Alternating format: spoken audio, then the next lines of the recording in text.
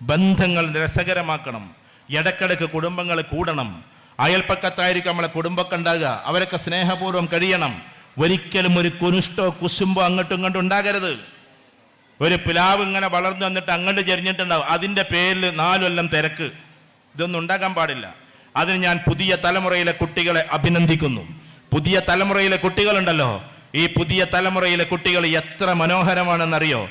1 സെന്റിന് വേണ്ടി ഒരുപാട് വഴക്കടിച്ചവരാ നമ്മുടെ തലമുറക്കാർ. ഈ ഇരിക്കുന്നവരെന്നെല്ലാം പറഞ്ഞു നമ്മുടെ ആ പ്രായക്കാര്. പക്ഷേ 1 സെന്റിന് വേണ്ടി ഇനി ഒരിക്കലും ഈ കൂട്ടരുണ്ടല്ലോ, ഈ ചെറുപ്പക്കാർ, അവര് വഴക്കടിക്കില്ല. കാരണം ഒരിക്കലും നിങ്ങളിത് പ്രതീക്ഷിക്കണ്ട. അവർക്ക് വീട് തന്നെ വേണമെന്ന് നിർബന്ധമില്ല. പിന്നെന്തിനാ 1 സെന്റ് എന്നതാണ്. പുതിയ തലമുറയിലെ കുട്ടികൾക്ക് പിന്നെയുമുണ്ട് പ്രത്യേകത. ഞാൻ പഴമക്കാരെ ധിക്കരിക്കല്ല. ഇപ്പൊ നമ്മളിങ്ങനെ പോയി കഴിഞ്ഞാൽ ഇത് ഈ ഭാഗമാണ്, അങ്ങോട്ട് പോയാൽ ചമ്രവട്ടമാണ്, ഇങ്ങോട്ട് പോയാൽ അങ്ങോട്ട് പോയാൽ പൊന്നാനിയാണ്, ഇങ്ങോട്ട് പോയാൽ ആലത്തൂരാണ്. അവിടെയൊക്കെ ഫ്രൂട്ട് ഷോപ്പിന്റെ മേലെ ഇങ്ങനെ ഒരു താർപ്പായ വിരിച്ചോണ്ടാ പോവുക. അതിൻ്റെ അടിയിൽ 300 രൂപ വിലയുള്ള മാംഗോസ്റ്റിന് ഇരിപ്പുണ്ട്. അതിൻ്റെ അടിയിൽ 250 രൂപ വിലയുള്ള വലിയ വലിയ ഫ്രൂട്ട്സ് ഇരിപ്പുണ്ട്. ഒറ്റൊന്നു പോലും നഷ്ടപ്പെടൂല. എന്തുകൊണ്ടാണെന്നറിയോ? പുതിയ തലമുറയിലെ മക്കൾ കക്കുന്നവരെ അല്ല. അതാണ് അതിന്റെ പ്രത്യേകത. അതുകൊണ്ട് ആ കടക്കാര് ഫ്രൂട്ടിന്റെ മേലെ നേരെ ഇങ്ങനെ ഒരു താർപ്പായും ഇട്ടുകൊണ്ട് പോണത്. പണ്ടത്തെ കാലത്ത് തമാശക്കെങ്കിലും അതെടുത്ത് കണ്ട് അങ്ങോട്ടെങ്കിലും ഒന്ന് വലിച്ചെറിയും. ഞങ്ങളെ പറ്റിയല്ല പറഞ്ഞു കേട്ടോ. പണ്ടത്തെ കാലത്ത് അങ്ങനെയാണ്. കക്കൊന്നുമല്ല, വെറുതെ അതെടുത്ത് കണ്ടാണ്ടൊന്നും അറിയാം. അതൊരു രസം കണ്ടെത്തുന്നിട്ട് അതിൽ. പുതിയ കുട്ടിയൊക്കെ അതിനൊന്നും നേരമില്ല. അവരാളുകളുടെ സാധനങ്ങളൊന്നും കേടെടുത്തൂല. അഥവാ ഏതെങ്കിലും കക്കണ ആളുണ്ടെങ്കിൽ അവൻ എന്തെങ്കിലും പുകവലിക്കാനോ കൊഞ്ചാവ് അടിക്കാനോ വേണ്ടിയിട്ടുള്ള കക്കലേ കക്കുള്ളൂ. അത്ര മോശക്കാരെ കക്കണവരുള്ളൂ, അല്ലാതെ സാധാരണ കുട്ടികളാരും കക്കണവരല്ല. പിന്നെ ഇപ്പാൻ്റെ പോക്കറ്റിൽ നിന്ന് 200 ഉറുപ്പ്യൊക്കെ എടുക്കും. അതെന്തുകൊണ്ടാണെന്ന് പറയാം? ഇപ്പം കൊടുക്കാത്തത് കൊണ്ടാണ്. അതിന് കളവ് നിങ്ങൾ വല്ലാണ്ട് വിളിക്കണ്ട. ഇപ്പം ഇടയ്ക്ക് മുട്ടായിക്കും ചോക്ലേറ്റിനൊക്കെ കായ് കൊടുക്കണം. ഇപ്പം പള്ളിക്കൊക്കെ 50,000 കൊടുക്കും, 25,000 മദ്രസക്ക് കൊടുക്കും, വരുന്നവർക്കൊക്കെ 5,000 കൊടുക്കും, 10,000 കൊടുക്കും. മക്കൾക്ക് 5 പൈസയും കൊടുക്കാതെ പിസ്കി ഇങ്ങനെ ഇരിക്കും. അവിടെ മക്കൾക്കും വേണം കുറച്ചൊക്കെ കൊടുക്കുക. കൊടുത്ത് കേടെടുത്തണമെന്ന് ഞാൻ പറഞ്ഞില്ല. എല്ലാവർക്കും സന്തുലിതമായി കൊടുക്കണം. എല്ലാവർക്കും സന്തുലിതമായി. നമ്മളെ മക്കൾക്ക് നല്ലൊരു മന്തി തിന്നണമെന്ന് തോന്നിയാൽ, പണ്ടത്തെ കാലത്തൊക്കെ അങ്ങനെ ഉണ്ട്.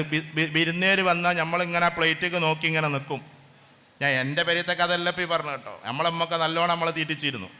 നമ്മളിങ്ങനെ നോക്കിക്കും ഇവര് പോയിട്ടാണ് അത് തിന്നാനെന്ന്. എന്നിട്ട് അവർ കാണാൻ അതെടുത്ത് കാണാൻ നേരെ പളുങ്കക്ക് തന്നെ കൊണ്ടുവരണം. കുട്ടിയൊക്കെ പഴയ കാലത്ത് എന്തൊക്കെ നടന്നറിയാം. പഴയ കാലത്തെ കുറ്റപ്പെടുത്തല്ലേ. നമ്മളൊക്കെ കുട്ടിക്കാലത്ത് നമ്മളിങ്ങനെ നോക്കിക്കല ബിരിയാണിമക്ക് പോത്തോലം പോകുന്ന ആണുങ്ങൾ കാണാൻ അങ്ങനെ തിന്നണം. കുട്ടികളൊക്കെ ഇങ്ങനെ അലച്ചയോടുകൂടി നോക്കി നിൽക്കണം. അങ്ങനത്തെ ഒക്കെ ഒരു കാലം കഴിഞ്ഞു പോയി. എന്തൊരു ദുരന്തമായിരുന്നു അത്. കുട്ടികൾക്ക് കൊടുത്തിട്ട് മതി നമ്മക്ക്. പണ്ടൊക്കെ അങ്ങനെയല്ലായിരുന്നു. കല്യാണപ്പേരയിൽ കുട്ടികളെ ലാസ്റ്റായി ഇരുത്തുക. ലാസ്റ്റ് അതെന്ത് സൈക്കോളജിയാണെന്ന് എനിക്ക് അറിഞ്ഞുകൂടാ. നിങ്ങൾ ക്ഷമിക്കണം കേട്ടോ. കാരണം കുട്ടിയൊക്കെ ആദ്യം കൊടുക്കണമെന്ന്. കുട്ടികളെ വിരലും ആ ഇരിക്കലും ആ തിന്നലും അതൊരു രസമല്ലേ. നമ്മൾ കുറേ തിന്ന് കഴിഞ്ഞവരാണ്. കുട്ടികൾ തിന്നട്ടെ, അവരൊന്ന് മുന്നോട്ട് കൊണ്ടുവരിക. അതേമാതിരി നമ്മളെ കുട്ടികൾ, ഇപ്പോൾ യുവാക്കളായ ആൾക്കാർ, അവർക്ക് പഠിത്തത്തിന് വേണ്ടിയിട്ടുള്ള കാര്യങ്ങളൊക്കെ ചെയ്തു കൊടുക്കുക. കുടുംബത്തിൽ ചെയ്യേണ്ടുന്ന കാര്യങ്ങൾ അതാണ്. ഇനി ഇവിടെ ഉണ്ടാകേണ്ടത് എന്താണെന്നറിയോ? ഞാൻ നിങ്ങളെ ഉപദേശിക്കല്ലേ. ഉളിയത്ത് ഫാമിലിയിൽ ഇനി കുടുംബസംഘം ഉണ്ടാകുമ്പോൾ ഉണ്ടാകേണ്ടത് നിങ്ങൾ MIT മൾട്ടിപ്പിൾ ഇന്റലിജൻസ് ടെസ്റ്റ് നടത്തലാണ്. ഇപ്പൊ തെക്ക് ഭാഗത്തൊക്കെ ഞാൻ എല്ലാ ജില്ലകളിലും കുടുംബസംഗമത്തിന് പോകുന്ന ആളാണ്. അവിടെ ഇതൊന്നും പറയേണ്ട കാര്യമില്ല, അവരൊക്കെ നടത്തിക്കൊണ്ടിരിക്കുന്നുണ്ട്. നമ്മളെ കുട്ടികളെ എന്ന് വെച്ചാൽ ഏകദേശം 8ാം ക്ലാസ് മുതൽ +2 വരെ പഠിക്കുന്ന കുട്ടികളെ ഒരുമിച്ച് കൂട്ടിയിട്ട് അവർക്ക് പ്രത്യേക ഒരു എക്സാം ഉണ്ട്.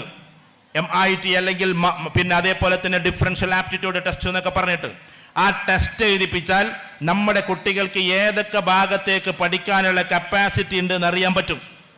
അങ്ങനെ അറിഞ്ഞാൽ അതിനനുസരിച്ച് എന്താക്കണം, ആ കുട്ടികളെ തിരിച്ചുവിടണം. നമ്മളെ കുട്ടികളെ മാത്രമല്ല, നമ്മളെ കുടുംബത്തിലെ മൊത്തം കുട്ടികളെയും അങ്ങനെ ടെസ്റ്റ് എഴുതിയിട്ട് തിരിച്ചുവിട്ടാൽ ഡോക്ടർ ആകേണ്ടവർ ഡോക്ടറാകും, എഞ്ചിനീയർ ആകേണ്ടവർ എഞ്ചിനീയർ ആകും. അല്ലാതെ ഡോക്ടറാകാൻ ഒരു യോഗ്യതയില്ലാത്ത കുട്ടിനെ ചൈനയ്ക്കും പറഞ്ഞയച്ചെടുത്ത് എടുത്തുകാണ്ടോ അങ്ങനെ മേപ്പിട്ട് നോക്കി നടക്കണ്ട. അതിന് യോഗ്യതയുള്ളവരെ കൊണ്ട് അത് ചെയ്യിപ്പിച്ചാൽ മതി. ഡോക്ടർ ആവലാണ് ഈ ലോകത്തിൽ ഏറ്റവും ടോപ്പ് എന്നൊരു ധാരണ നമുക്ക് വേണ്ട. അതിനും അപ്പുറത്തേക്ക് ഇഷ്ടം പോലെ കരിയറുണ്ട്. കേരളക്കാരെ സംബന്ധിച്ചിടത്തോളം ഡോക്ടറാകല ഏറ്റവും വലുത്. എല്ലാ രക്ഷിതാക്കൾക്കും ഇപ്പോൾ അത് എൻ്റെ കുട്ടി ഡോക്ടറാകണം, എൻ്റെ കുട്ടി ഡോക്ടറാകണം. ഡോക്ടറാകേണ്ടവരായിക്കോട്ടെ, നല്ലത്. വിശ്വകരന്മാർ നല്ലതാണ്. നമ്മൾ ഹോസ്പിറ്റൽസിലൊക്കെ നല്ല നല്ല ഡോക്ടേഴ്സ്, കൊറോണ വന്നപ്പോഴൊക്കെ അവർ ഒരുപാട് കാര്യങ്ങൾ ചെയ്തു, അതിന് നമ്മൾ ഒരിക്കലും ഇകഴ്ത്തുന്നില്ല. പക്ഷേ അത് മാത്രമല്ല കരിയർ എന്ന് പറഞ്ഞാൽ ഒരുപാട് വേറെയുമില്ലേ. അതിനേക്കാളൊക്കെ എത്ര ടോപ്പിലാണ് സിവിൽ സർവീസ് കിടക്കുന്നത്. അതേപോലെ തന്നെ ഏറ്റവും ടോപ്പ് റേഞ്ചിലെ യൂണിവേഴ്സിറ്റിയിലേക്ക് എത്തൽ. ഞാനത് ഇനിയും പറഞ്ഞുകൊണ്ടേയിരിക്കും അതാകുന്നത് വരെ. ടോപ്പ് 10 യൂണിവേഴ്സിറ്റി, അതിൽ കാംബ്രിഡ്ജ് ഉണ്ട്, ഓക്സ്ഫോർഡ് ഉണ്ട്, ടെക്സസ് ഉണ്ട്, കാലിഫോർണിയ യൂണിവേഴ്സിറ്റി ഉണ്ട്, ഹാർവാർഡ് ഉണ്ട്, സ്റ്റാൻഫോർഡ് യൂണിവേഴ്സിറ്റി ഉണ്ട്, ലണ്ടൻ സ്കൂൾ ഓഫ് എക്കണോമിക്സ് ഉണ്ട്. അതേപോലെ തന്നെ ഇത്തരത്തിലുള്ള ക്യാമ്പസിലേക്ക് നമ്മുടെ കുട്ടികൾ എത്തണം. ഇതാപ്പോ MES കുട്ടികൾ ആരെങ്കിലുമൊക്കെ ഇവിടെ ഉണ്ടാകാം. MES കഴിഞ്ഞ പ്രാവശ്യം ഞാൻ ഈ ഓഗസ്റ്റ് 15 ഞാനായിരുന്നു സംസാരിക്കാൻ വേണ്ടി പോയത്. അവിടെ ഞാൻ ഒരു സ്കൂളിനെ പറയല്ലോ, MES തിരൂര്. അവിടെ കുട്ടികൾ നല്ല രസകരമായിട്ട് അവരുടെ കുറേ ഓഗസ്റ്റ് 15 പ്രോഗ്രാമൊക്കെ നടത്തി സല്യൂട്ട് സ്വീകരിക്കുന്നതും അത് കൊടുക്കുന്നതൊക്കെ നമ്മൾ തന്നെയായിരുന്നു. അതിനുശേഷം അവരോട് 1.5 മണിക്കൂർ ഞാൻ സംസാരിച്ചു.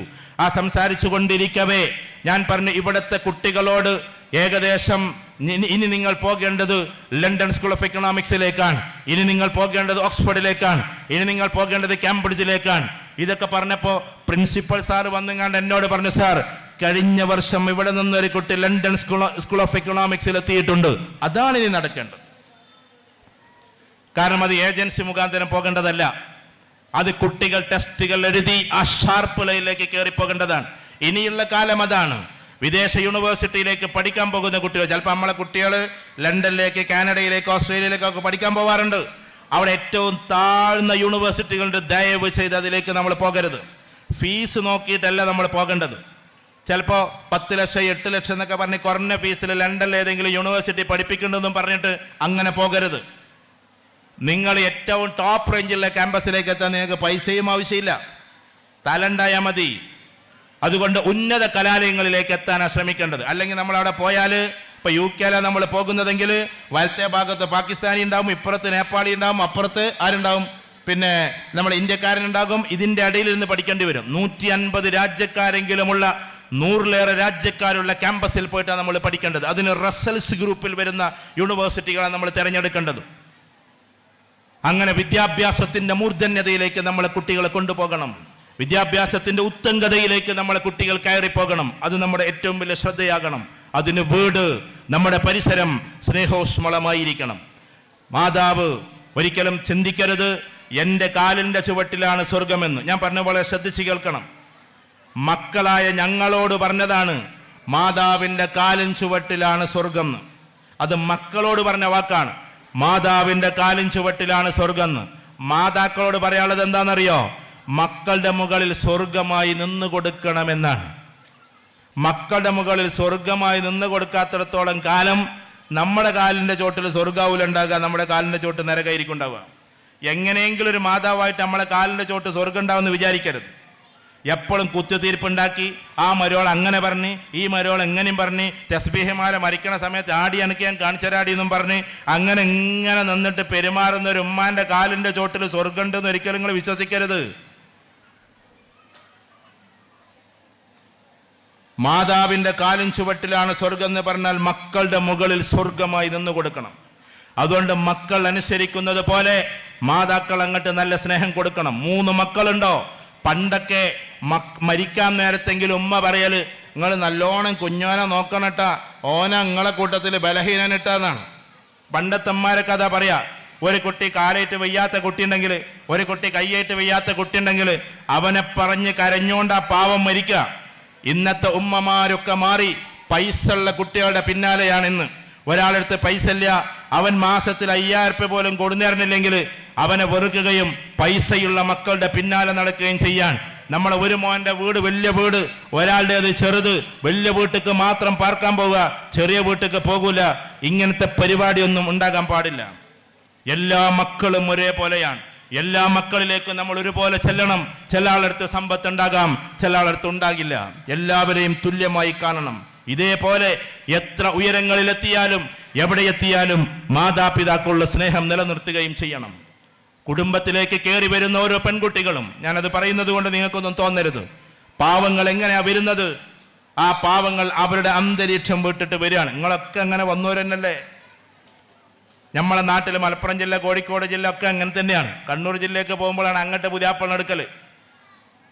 ഇവിടെയൊക്കെ എങ്ങനെയാണ്? ഈ പാവം പെൺകുട്ടി ഇങ്ങനെയാണ് പോവലാണ്. അപ്പോഴേക്കും അവൾക്ക് ആകെ അങ്കലാപ്പാണ്. അവിടെ പോയാൽ ഞാൻ എന്താവാം?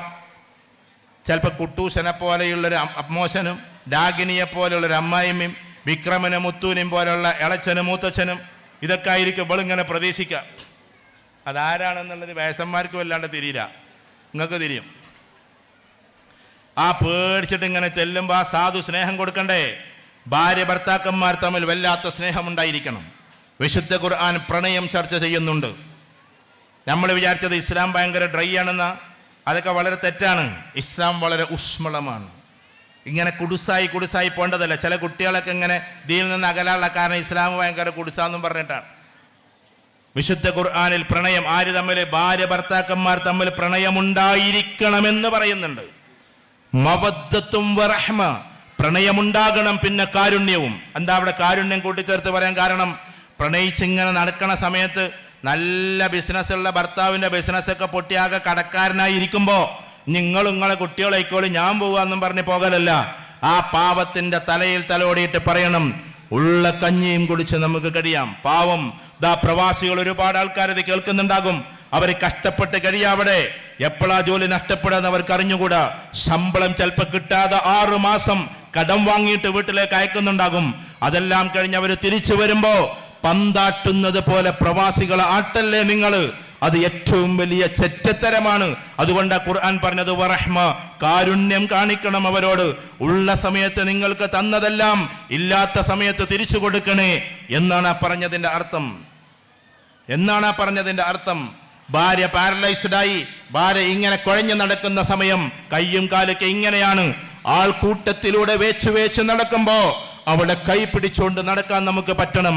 അതായിരിക്കണം യഥാർത്ഥത്തിൽ കാരുണ്യം എന്ന് പറയുന്നത്. ഇങ്ങനെ ഭാര്യ ഭർത്താക്കന്മാർ തമ്മിലുള്ള പിന്നെ ഏറ്റവും നല്ല സ്നേഹവും അതോടൊപ്പം തന്നെ മക്കൾ പരസ്പരമുള്ള ധാരണയും. ജ്യേഷ്ഠനും മനിയനും അവനുണ്ടെങ്കിൽ സ്വത്ത് വീതിച്ചു കൊടുക്കുമ്പോൾ ആ വീതിക്കുന്നത് പോലും നമ്മൾ ശ്രദ്ധിക്കണം. അതോടൊപ്പം നമ്മൾ ജ്യേഷ്ഠനെയും അനുജനെയും ഒരുപോലെ നോക്കാൻ അവരെ പഠിപ്പിക്കണം. അതിനെന്താ ചെയ്യേണ്ടത്? കുട്ടിക്കാലത്തെ ഒരു പ്ലേറ്റിൽ നിന്ന് കഴിച്ചാൽ നന്നാകും. അതൊരു മോശമായിട്ട് നിങ്ങൾ കാണേണ്ട. അറബികൾ എപ്പോഴും അങ്ങനെ കഴിക്കുക. അറബ് നാട്ടിൽ വരുന്ന സമയത്ത്, ഇപ്പോൾ ഈ ഫുട്ബോൾ കഴിഞ്ഞ നടന്ന സമയത്തും ഷെയ്ഖിന്റെ കൂട്ടത്തിലിരുന്ന് പിന്നെ ഫുഡ് കഴിച്ചിട്ടുള്ള ഇന്റർനാഷണൽ താരങ്ങൾ അങ്ങനെ തന്നെ കഴിച്ചിട്ട് അവർക്കതൊരു അത്ഭുതമായിരുന്നു സംഭവം. വാർത്തകൾ വന്നിരുന്നു അവിടെ. അതുകൊണ്ട് അതൊരു മോശമായിട്ടൊന്നും കാണണ്ട. നമുക്ക് 3 മക്കളുണ്ടെങ്കിൽ ഒരു പ്ലേറ്റിലാണ് ഇരുത്തുക. എന്നിട്ട് നല്ല ഉഷാറായിട്ട് എന്ത് ചെയ്യുക? പണ്ടൊക്കെ അങ്ങനെയാണ്. നമ്മളുമ്മാരൊക്കെ ചെയ്തിരുന്ന പണി അങ്ങനെ. ജ്യേഷ്ഠനെ എന്നെ പെങ്ങളൊക്കെ ഇവിടെ ഇരുത്തിയിട്ട് ഒരു ഉരുള എനിക്ക് ഇങ്ങനെ വട്ടത്തിൽ ഇങ്ങനെ തരലാണ്. അത് കഴിഞ്ഞിട്ട് ബാക്കിയാണ് ഈ പാവങ്ങൾ കഴിക്കാറുള്ളത്. ഇന്ന് സ്വന്തം കുട്ടികളുടെ ഭക്ഷണത്തിന്റെ ബാക്കി ഇങ്ങനെ തള്ളിവെക്കുന്ന ഉമ്മാരാ. അതുകൊണ്ട് കുറേ കഴിഞ്ഞാൽ ഉമ്മാരെ വൃദ്ധസദനത്തിലേക്ക് ഇങ്ങനെ തള്ളിയാണ്ട് വിടും നമ്മളെ കുട്ടികളും. നമ്മുടെ മക്കൾ കഴിച്ചതിന്റെ ബാക്കി കഴിക്കാൻ നമുക്ക് പ്രയാസം. ഉമ്മ കഴിച്ചതിന്റെ ബാക്കി കഴിക്കാൻ മക്കൾക്ക് പ്രയാസം. ഒരു പ്ലേറ്റിൽ നിന്ന് കഴിക്കുകയാണെങ്കിൽ അത് ഏറ്റവും നല്ലതാണ്. ഞാൻ അങ്ങനെ തന്നെ കഴിക്കണമെന്ന് ഞാൻ പറയല്ല. പക്ഷെ അതിലൊരു സംസ്കാരമുണ്ട്. ഒരു കോഴിക്ക് 2 കാലല്ലേ ഉണ്ടാവുള്ളൂ. അതിങ്ങനെ പോവും. വട്ടത്തിലിരിക്കുന്ന ആൾക്ക് ഇത് ചെടുത്തോന്നറിയും, അത് ചെടുത്തോന്നറിയും, ഇതെടുത്ത് അങ്ങനെ കറങ്ങലുണ്ട്. അത് അതൊന്നും ഇല്ലെങ്കിൽ കാല് വേഗം കണ്ടിട്ട് എടുക്കലാണ്. അവസാനം പറമ്പ് വീതിക്കുമ്പോൾ, ഞാൻ ഈ കോഴിക്കാല് പറഞ്ഞ് വെറുതല്ല, പറമ്പ് വീതിക്കുന്ന സമയത്ത് ജ്യേഷ്ഠൻ പറയും, അത് ഇജ്ജെടുത്തടാ, എനിക്ക് 2 പെൺകുട്ടികളല്ലേ. ആ പറമ്പ് വെൻ കൊടുക്കുമ്പോൾ അല്ലടാ അത് ഇജ്ജെടുത്ത, എനിക്കത് മതി. ഇത് പറയും. ഇങ്ങനെ ചെറുപ്പത്തിൽ ചെയ്ത് ശീലിച്ചിട്ടുള്ള മക്കൾ, ഞാൻ വെറുതെ പറഞ്ഞതല്ല. ഷെയർ ചെയ്ത് ശീലമുള്ള കുട്ടികൾക്ക് ഏത് കിട്ടിയാലും തിരക്കടുണ്ടാവില്ല. അതില്ലാത്ത കുട്ടികൾക്ക് 1 സെന്റെങ്ങാനും മാറിയാൽ മതിലങ്ങണ്ട് കെട്ടിയിട്ട് സ്വന്തം ജ്യേഷ്ഠനും ജ്യേഷ്ഠന്റെ മക്കളെയും കൂടി ഇപ്പുറത്ത് വഴിയുണ്ടെങ്കിൽ ആ വഴി അടക്കുന്നവർ 5 സ്വന്തം ജ്യേഷ്ഠന് പോലും ഒന്ന് ഇങ്ങോട്ട് കടക്കണമെങ്കിലുള്ള വഴി അടക്കേണ്ട 5 കാലമാണ്. ഞാൻ ഇന്നടത്തു നിന്നൊന്നും പറയുന്നില്ല. അങ്ങനത്തെ മോശത്തരത്തിലേക്ക് നമ്മൾ പോകരുത്. സ്നേഹം നിലനിൽക്കണം. ഞാൻ അവസാനിപ്പിക്കുകയാണ്. ഈ സ്നേഹമെല്ലാം നമ്മുടെ വീട്ടിൽ ഉണ്ടാകണമെങ്കിൽ പരിശുദ്ധമായ ദീന് നമ്മുടെ വീട്ടിൽ നിന്ന് പടിയിറങ്ങരുത്. ദീന് മാത്രമാണ് ഈ സംസ്കാരം നമുക്ക് തരിക. അള്ളാഹുവിലുള്ള അചഞ്ചലമായ വിശ്വാസവും മരണമുണ്ട് എന്ന യാഥാർത്ഥ്യവും അത് കഴിഞ്ഞാൽ ഒരു ജീവിതമുണ്ട് എന്ന ബോധവും ഉള്ള ആളുകൾക്ക് എപ്പോഴും ഇങ്ങനൊരു ജീവിതത്തിനെ പറ്റൂ. അല്ലാത്തവരൊക്കെ എങ്ങനെ അഹങ്കരിച്ച് മുന്നോട്ട് പോകും? ആ അഹങ്കാരത്തിൽ നിന്ന് മാറി കൃത്യമായ ദീനിലേക്ക് നമ്മൾ തിരിച്ചെത്തണം. പ്രവാചക തിരുമേനി സല്ലല്ലാഹു അലൈഹി വസല്ലമയെ അതിശക്തമായി സ്നേഹിക്കാൻ നമുക്ക് പറ്റണം. ഏതുപോലെ സ്നേഹിക്കണം എന്നറിയോ? ഇങ്ങനെ യുദ്ധഭൂമിയുടെ ഓടി നടന്ന അബൂ ദുജാനയെ പോലെ. അബൂ ദുജാന റളിയല്ലാഹു തആല ഓടാൻ ആരോ വിളിച്ചു പറഞ്ഞു, ഇന്നി ഖതൽതു മുഹമ്മദ, ഞാനിതാ മുഹമ്മദിനെ കൊന്നിരിക്കുന്നു സല്ലല്ലാഹു അലൈഹി വസല്ലം. ഉഹുദിന്റെ രണാങ്കണം ഇങ്ങോട്ട് വന്നുള്ള ആക്രമണമാണ്. സ്ത്രീകൾക്കും പുരുഷന്മാർക്കും വല്ലാത്ത പ്രയാസമുണ്ടാകുമെന്ന് കരുതി അവരെ തടയാൻ വേണ്ടി ആളെ വിട്ടതാണ്. പക്ഷേ കലുഷിതമായ അന്തരീക്ഷം. അവസാനം ഓടി ഓടി നടക്കണം അബൂ ദുജാന റളിയല്ലാഹു തആല. അപ്പോഴാ കാണുന്നത് റസൂലുള്ളാഹി സ്വല്ലല്ലാഹു അലൈഹി വസല്ലം ഒരു കുഴിയിലേക്ക് വീണ് അവിടുന്ന് എഴുന്നേറ്റ് രക്തം ഇങ്ങനെ മുഖത്തിലൂടെ ഒലിക്കുന്നുണ്ട്. ആ സമയത്ത് രണ്ടാളുകൾ അമ്പെയ്യാൻ വേണ്ടി കാത്തു നിൽക്കുന്നുണ്ട്. അബൂ ദുജാന റളിയല്ലാഹു തആല ഓടി ചെന്നിട്ട് കെട്ടിയങ്ങണ്ട് പിടിച്ചു റസൂലുള്ളാഹി സ്വല്ലല്ലാഹു അലൈഹി വസല്ലമയെ. എന്നിട്ട് പറഞ്ഞത് എന്താണെന്നറിയോ? അമ്പെയ്യുന്നവരെ എഴുതുകൊള്ളുക, ഇനി എനിക്കൊന്നും നോക്കാനില്ല എന്നാണ്. അബൂ ദുജാന റളിയല്ലാഹു തആല ആ പിടുത്തം തന്നെ പിടിച്ചു. അമ്പെയ്യുന്നവർ എഴുതുകൊണ്ടേയിരുന്നു. പുറത്ത് വന്നിട്ട് അമ്പുകൾ തറച്ചുകൊണ്ടേയിരിക്കാണ്. കൈകൾ കുഴയുന്നുണ്ട്, കാലുകൾ തളരുന്നുണ്ട്, ജീവൻ പോകുന്ന അവസ്ഥയാണ്. ആ സമയത്ത് മുസ്വാസമിയുടെ ചെവിയിൽ മന്ത്രിച്ചു, ഇല്ല റസൂലേ, നിങ്ങൾക്കൊന്നും വരില്ല, നിങ്ങൾക്കൊന്നും വരില്ല എന്ന്. ഈ അബൂ ദുജാന റളിയല്ലാഹു തആല അൻഹുവിനെ പോലെ റസൂൽ സല്ലല്ലാഹു അലൈഹി വസല്ലമയെ സ്നേഹിക്കാൻ നമുക്ക് പറ്റണം. ആ മുസ്വാസമിയുടെ മാതൃകാപരമായ ജീവിതം ഉണ്ടാക്കാൻ നമുക്ക് പറ്റണം. ആ മാതൃകയിൽ ഏറ്റവും വലിയ മാതൃക ഏതാണെന്നറിയോ? എല്ലാ മനുഷ്യരെയും സ്നേഹിക്കലാണ്. റസൂലുള്ളാഹി സ്വല്ലല്ലാഹു അലൈഹി വസല്ലം മക്ക ഫത്ഹ് കഴിഞ്ഞ് മദീനയിലേക്ക് തിരിച്ചെത്തിയപ്പോ അവിടെയുള്ള മുഴുവൻ ആൾക്കാരോടും പറഞ്ഞു, അവിടുത്തെ ക്രിസ്ത്യൻ സമൂഹത്തോട്, അവിടുത്തെ ജൂത സമൂഹത്തോട്, നിങ്ങൾ കിതാബുകൾ എടുത്തു നോക്കുക, അല്ലെങ്കിൽ അറിവുള്ളവരോട് ചോദിക്കുക, എന്റെ അഹ്ലു ബൈത്തിൽപ്പെട്ട ആളുകളെ, എന്റെ പ്രിയപ്പെട്ട മറ്റു സഹോദരന്മാരെ, എന്റെ സമൂഹത്തിന് അമ്ന് കൊടുക്കുന്നതിനേക്കാൾ, എന്റെ സമൂഹത്തിന് നിർഭയത്വം കൊടുക്കുന്നതിനേക്കാൾ നിങ്ങൾക്ക് ഞാൻ തന്നിരിക്കും. എന്റെ സമൂഹത്തിന് നീതി കൊടുക്കുന്നതിനേക്കാൾ നിങ്ങൾക്ക് ഞാൻ നീതി തന്നിരിക്കും. ഇതാണ് നമ്മൾ നമ്മുടെ മക്കളെ പഠിപ്പിക്കേണ്ടത്. എല്ലാ സമൂഹത്തെയും സ്നേഹിക്കാനും എല്ലാവരെയും നന്നായി കാണാനും വർഗീയതയുടെ ഒരു ലാഞ്ചന പോലും നമ്മുടെ ഹൃദയത്തിലില്ലാതെ കാത്തു സൂക്ഷിക്കാനും എല്ലാ മനുഷ്യർക്കും വേണ്ടി പാതിരാവിൽ പ്രാർത്ഥിക്കാനും നമ്മുടെ മക്കളെ പഠിപ്പിക്കണമെന്ന ഉത്തരവാദിത്വം നമുക്കാണ്. അങ്ങനെ വിദ്യാഭ്യാസത്തിലൂടെ കയറിപ്പോകട്ടെ. മറ്റുള്ള ഡ്രഗ്സിന്റെ കാര്യങ്ങളിൽ നിന്നൊക്കെ നമ്മുടെ കുടുംബത്തിൽ ഒരാൾ പോലും അതിൽ പെട്ടുപോകാതിരിക്കട്ടെ. സ്നേഹോഷ്മളമായ ജീവിതം നമ്മുടെ മക്കൾ ഏറ്റവും സുന്ദരമായ രീതിയിൽ കൊണ്ടുപോകട്ടെ. അതിന് നമ്മൾ ചെയ്യേണ്ടത് മക്കളെ മുത്തം കൊടുത്ത് വളർത്തുക എന്നതാണ്. മാതാക്കളും പിതാക്കളും ഇടക്കിടക്ക് മുത്തം കൊടുത്തേക്കണം, മക്കളെ ഇങ്ങോട്ട് തിരിച്ചും കൊടുത്തേക്കണം. അങ്ങനെ സുന്ദരമായ ഒരു ലോകം തീർക്കണം. അങ്ങനെ തീർക്കുമ്പോ നമ്മുടെ കുടുംബത്തിൽ, ഞാൻ അവസാനിപ്പിക്കുന്ന 1 മിനിറ്റ് കൂടിയുണ്ട് 1 മണിക്ക്, അതുകൊണ്ട് ഞാൻ 1 മണിക്ക് അവസാനിപ്പിക്കാമെന്ന് പറഞ്ഞതാണ്. ആ 1 മിനിറ്റ് ഒന്ന് അവസാനത്തിൽ കേൾക്കുക. എന്ന് വെച്ചാൽ ഈ കുടുംബത്തിൽ എവിടെയോ ഉണ്ടാകും ഒരു പാവം മനുഷ്യ സ്ത്രീ ഇരിക്കുന്നുണ്ടാകും, അല്ലെങ്കിൽ ഒരു പാവം മനുഷ്യൻ ഇരിക്കുന്നുണ്ടാകും, ഇതുവരെ വീടാകാത്ത ആളിരിക്കുന്നുണ്ടാകും. നിങ്ങൾ ഒരുപാട് നല്ല രീതിയിൽ കുടുംബ സംഗമം നടത്തി നല്ല രീതിയിൽ പിരിഞ്ഞു പോകുമ്പോ ആ പാവത്തിന് വീട് എന്ന് പറയുന്ന സ്വപ്നം ഉണ്ടാക്കി കൊടുക്കണമെന്ന ഉത്തരവാദിത്വം നമുക്കാണ്. ഒരുപാട് വലിയ വീടല്ല നമ്മൾ ഉദ്ദേശിക്കുന്നത്. എന്നാൽ നിങ്ങൾ ഓരോരുത്തരും ചെറിയ രീതിയിലെങ്കിലും സംഭാവനകൾ കൊടുത്ത് ആ പാവം മനുഷ്യനൊരു വീടുണ്ടാകുമ്പോ നിങ്ങളുടെ കുടുംബത്തിലെ അംഗത്തിന്റെ വീടിന്റെ കുടിയിരുത്തത്തിന് നിങ്ങൾ പോകണം, അതിന്റെ കുറ്റൂശക്ക് നിങ്ങൾ പോകണം. ആ പാവത്തിന് എല്ലാവർക്കും ബിരിയാണി തരാൻ കഴിയില്ല. പച്ചവെള്ളം കുടിച്ചിറങ്ങി പോരുമ്പോ ആ പാവം സ്ത്രീയുടെ അരികിൽ 2 കുരുന്നു മക്കൾ ഇങ്ങനെ നോക്കി നിൽക്കുന്നുണ്ടാകും. എന്റെ കുടുംബം, ഇവരാണ് ഞങ്ങൾക്ക് അത്താണിയായൊരു വീട് തന്നത് എന്ന്. അങ്ങനെ വീടിന് വേണ്ടി സഹായിക്കാൻ നമുക്ക് പറ്റണം. അതല്ല, നമ്മുടെ കുടുംബത്തിൽ ഒരു കിഡ്നി രോഗി ഉണ്ടെന്ന് വെക്കുക, ഡയാലിസിസ് നടത്താൻ 15,000 20,000 രൂപ ഓരോ മാസത്തിലും വേണം. അങ്ങനെ ഡയാലിസിസിന് വേണ്ടി പോകുമ്പോ വരാതിരിക്കട്ടെ എന്ന് നമുക്ക് പ്രാർത്ഥിക്കാം. ഡയാലിസിസിന് വേണ്ടി പോകുമ്പോ മാസത്തിൽ അത് കൊടുക്കുന്ന ആ 15,000 രൂപയിൽ ഒരു 100 രൂപയെങ്കിലും നമ്മുടേതുണ്ടായിരിക്കണം. അങ്ങനെ കുടുംബത്തിലെ അഗതികളെ, കുടുംബത്തിലെ അനാഥരെ, കുടുംബത്തിലെ വിധവകളെ, കുടുംബത്തിലെ പാമരരെ, മൊത്തത്തിൽ എല്ലാവരെയും സംരക്ഷിച്ച് മുന്നോട്ട് പോകുന്ന ചടുലമായ ഒരു കുടുംബമായി ഈ ഉളിയത്ത് ഫാമിലി ആകട്ടെ എന്ന പ്രാർത്ഥനയോടെ മരിച്ചു പോകുന്നതിന് മുമ്പേ ഇതെല്ലാം നമുക്ക് ചെയ്തു തീർക്കാനുണ്ട്. നമ്മുടെ കുടുംബത്തിന്റെ സംഗമം കൂടിയത് അതിനാണ്. ഈ കുടുംബം ഒന്നിച്ചിരിക്കുമ്പോ ആ സ്നേഹം പങ്കുവെക്കുക. ഉച്ചയ്ക്ക് ശേഷം നിങ്ങൾ പരസ്പരം പരിചയപ്പെട്ട് എല്ലാവരും നല്ല സ്നേഹത്തോടെ പിരിയുമ്പോ ഇതിനൊക്കെ പ്രതിവിധി കണ്ടുകൊണ്ട് മുന്നോട്ട് പോവുക. നമ്മുടെ മക്കളെ ദീനീപരമായി വളർത്തുക. നമ്മുടെ മക്കളെ വിദ്യാഭ്യാസത്തിന്റെ ഉത്തുംഗതയിലേക്ക് കൊണ്ടുപോവുക. ഉന്നതമായ അവസ്ഥയിലേക്ക് അവരെ ഉയർത്തിക്കൊണ്ടു പോവുക. ഇതുപോലെയുള്ള ചെറുപ്പക്കാരായ ആളുകളെ കളിയാക്കാതെ കൊച്ചാക്കാതെ സ്നേഹത്തോടു കൂടി അവരെ കൂടെ കൂട്ടുക. മക്കൾക്ക് ചുംബനം നൽകി മാതാപിതാക്കളെ സ്നേഹിച്ച് ഉമ്മാമയോട് കഥ പറഞ്ഞ് ഉമ്മാമയുടെ മടിയിൽ കിടന്ന് കഥ കേട്ട് അങ്ങനെ വീണ്ടും ആ പറയുന്ന ഈ അരിമണി വറുത്തതും ചായയും എന്ന ലോകത്തിലേക്ക് തിരിച്ചു പോകാൻ ഒളിയത്ത് ഫാമിലിക്ക് സാധ്യമാകട്ടെ എന്ന പ്രാർത്ഥനയോടെ, അതിന് അല്ലാഹു തൗഫീഖ് നൽകട്ടെ എന്ന പ്രാർത്ഥനയോടെ നിർത്തുന്നു. നിങ്ങൾക്കെല്ലാവർക്കും അസ്സലാമു അലൈക്കും വറഹ്മത്തുള്ളാഹി വബറകാതുഹു.